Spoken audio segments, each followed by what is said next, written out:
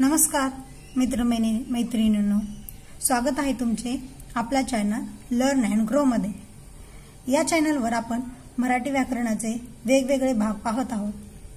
वेगवेगळे भाग पाहण्यासाठी आमच्या या चॅनलला सबस्क्राइब करा आणि सांगितलेले व्हिडिओ दाखवलेली माहिती जर तुम्हाला आवडत असेल तर कृपया व्हिडिओना लाईक करा आणि शेअर करा। आता बघा, आपण लास्टच्या व्हिडिओमध्ये पाहिले होते वाक्यांचे भाग, उद्देश आणि विधेय हे पाहिलं होतं।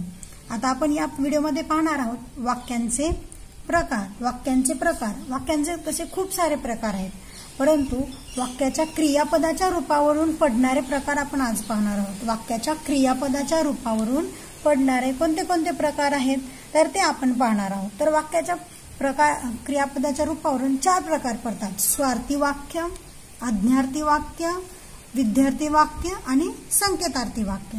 तर आता आपण आज पहिला पाहू स्वार्थी वाक्य। स्वार्थी वाक्य म्हणजे काय तर वाक्यातील क्रियापदाच्या रूपावरून काळाचा बोध होतो, फक्त काळाचा बोध होतो। म्हणजे ते वाक्य कोणत्या काळात घडलंय, वर्तमान काळ, भूतकाळ, भविष्यकाळ, अशा कोणत्या काळात घडलंय याचा फक्त बोध होतो, त्याला आपण स्वार्थी वाक्य म्हणतो। त्याच्यावर दुसरा कोणताही बोध होत नाही। उदाहरणार्थ बघा, कोणते? मुले मैदानात खेळतात या क्रियापदावरून कशाचा बोध होतो? ती क्रिया सध्या चालू आहे याचा बोध होतो। आता माधुरीने स्पर्धा हारली म्हणजे भूतकाळ झाला। तर आपल्याला या 2 क्रियापदावरून फक्त काळाचा बोध झाला, इतर कोणतीही माहिती जास्त मिळत नाही।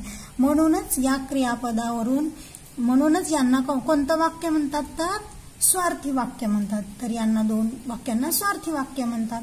तर दुसरा प्रकार बघा, आज्ञार्थी वाक्य। आज्ञार्थी वाक्य म्हणजे काय? वाक्यातील क्रियापदाच्या रूपावरून आपल्याला एखाद्याला आज्ञा केली, प्रार्थना केली, उपदेश दिलाय हे जेव्हा कळतं, किंवा एखाद्याला आशीर्वाद दिलाय किंवा प्रार्थना केली असं जेव्हा कळतं तेव्हा त्याला आपण काय म्हणतो? आज्ञार्थी वाक्य म्हणतो। म्हणजेच आता बघा, ह्या उदाहरणाद्वारे आपण समजावून घेऊ। विलास दरवाजा बंद कर म्हणजे विलासला जर त्याचे आई वडील असतील तर त्याला आज्ञा दिलेली आहे, विलास दरवाजा बंद कर म्हणजे ही झाली आज्ञा, म्हणजे हे झालं आज्ञार्थी वाक्य। आणि देवा माझ्या मुलांना पास कर म्हणजे आपण देवाजवळ काय केलेली आहे? प्रार्थना केलेली आहे। तर या 2 वाक्यावरून काय झालेलं आपल्याला आज्ञार्थी वाक्य आहे असे समजून येते, कारण याच्यातून आपल्याला काय झालेलं आहे? एखाद्या आज्ञा केलेली आहे आणि प्रार्थना केलेली आहे। तर तिसरा प्रकार कोणता आहे तर तिसरा प्रकार आहे विद्यार्थी वाक्य। विद्यार्थी वाक्य बघा, वाक्यातील क्रियापदाच्या रूपावरून इच्छा, योग्यता किंवा शक्यता, अजून काहीतरी कर्तव्य, अशा ज्या गोष्टी आहेत तर त्या आपल्याला समजून येतात, तेव्हा त्याला काय म्हणतात? विद्यार्थी वाक्य। तर बघा, आता लहान मुलांनी मोठ्यांचे ऐकावे, तर इथं काय झाली आहे?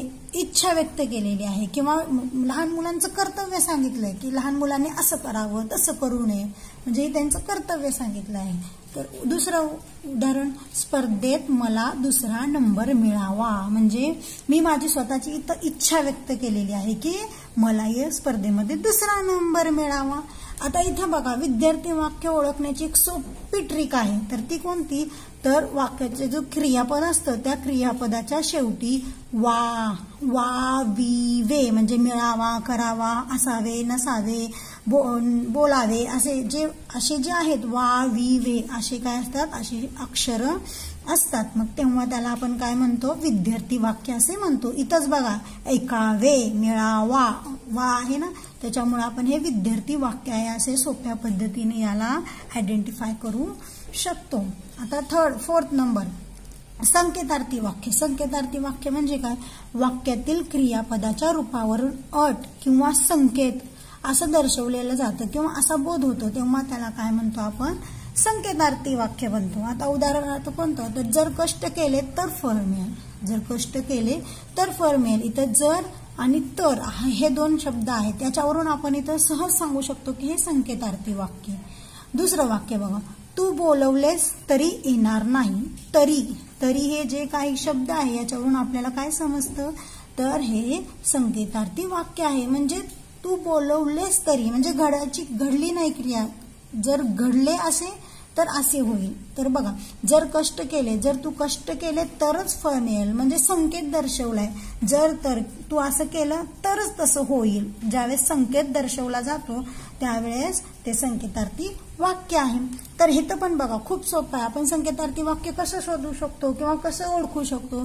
तर वाक्यामध्ये जसे, तसे, जर, तर, जरी, तरी असे जर शब्द असतील तर आपण त्याला काय म्हणतो? संकेतार्थी वाक्य म्हणतो। इथंच बघा, जर, तर, इथं तरी आहे म्हणजे इथं काय आहे? जरी, जरी असणार आहे। परंतु काही वेळा असे शब्द फर्स्ट लिहिला जात नाही तर दुसरा मात्र नक्की लिहिला जातो। तरी हे, तसे, तर, तरी हे जरी शब्द वाक्यात जरी असले तरी आपण त्याला काय म्हणतो? संकेतार्थी वाक्य म्हणतो। तर समजलं मुलांनो, वाक्याच्या क्रियापदाच्या रूपावरून 4 प्रकार पडतात: स्वार्थी वाक्य, आज्ञार्थी वाक्य, विध्यार्थी वाक्य आणि संकेतार्थी वाक्य। मुलांनो, जर तुम्हाला हे वाक्याचे प्रकार समजले असतील तर आमच्या या व्हिडिओला लाईक करा आणि शेअर करा आणि आमच्या चॅनलला सबस्क्राईब करा। बाय बाय मुलांनो।